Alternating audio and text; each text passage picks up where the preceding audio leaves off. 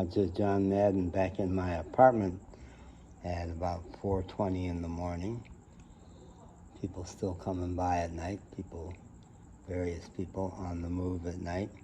So I did 2 installments of my wretched come to Jesus night with my landlord, crazy as he is, from the Oxo station and then down on the seawall. I left off saying people are leaving the beach. I want to go walking on this beach, but not alone. So I walked down there, and there were my friends. First it was Eker. The little boy came up and I said, "Are you Eker?" He didn't give me an answer back. I thought it might be some other kid, but no, it was Eker. And Roxana came up, and Eker Sr., and there were a couple of their friends down on the beach with them. And I confided to them about my trip to the hospital and showed my feet. And then they wanted me to sit and visit with them, but I wanted to walk on the beach first, and I had to be a little insistent. And Eker walked with me quite a ways and was playing in the water.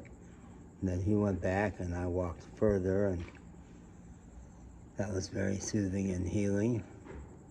Then I walked back and wasn't sure they were still there, but they were still there, and there were other people down on the beach. And I was tired and partly wanted to just go back to the apartment.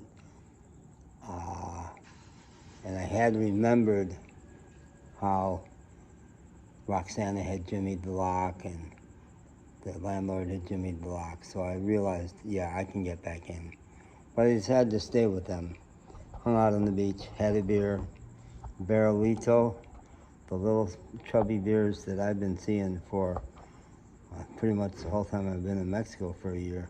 And I always thought, I bet those are fine. They're the cheap ones that people drink when they don't want to pay for Tecate or Modelo.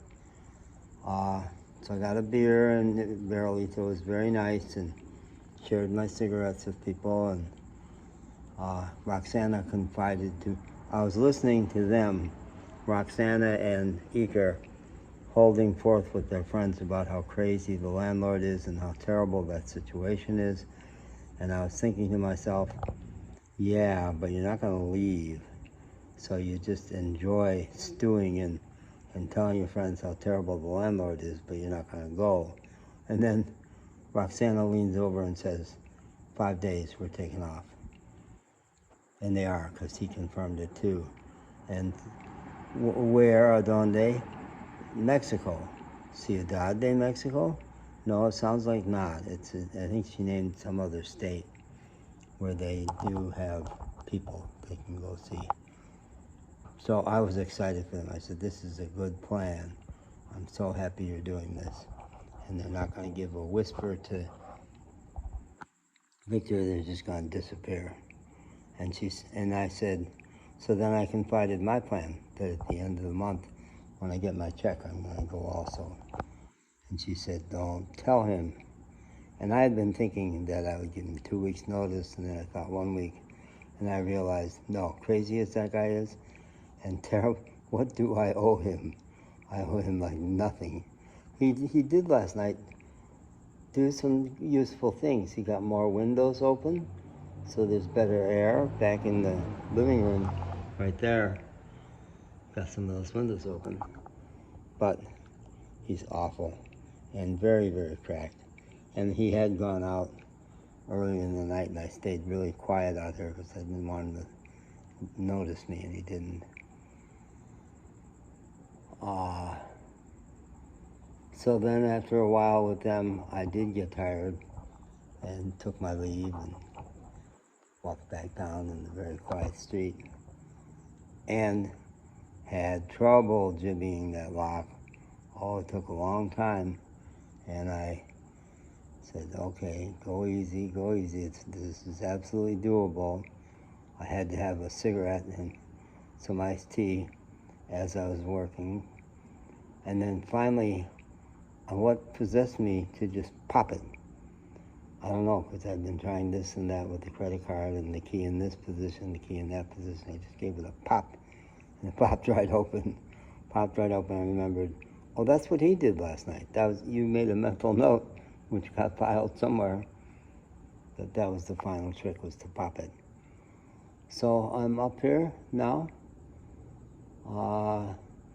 It's early enough that there's a long time till daylight, so I probably will get a little more sleep. And yeah, who knows? Who knows? But Bob Gibson and Bob Camp. Lie down, Betty. These are two Chicago folk singers. I'm not sure they were both from Chicago, but I saw the two of them in a little club in Chicago. Lie down, Betty, see what tomorrow brings. May bring the sunshine, may bring you a diamond ring, but if you lose your man, it ain't bringing anything. I don't know, there's not a life plan for me in that song, but it's a great, very ancient high school memory.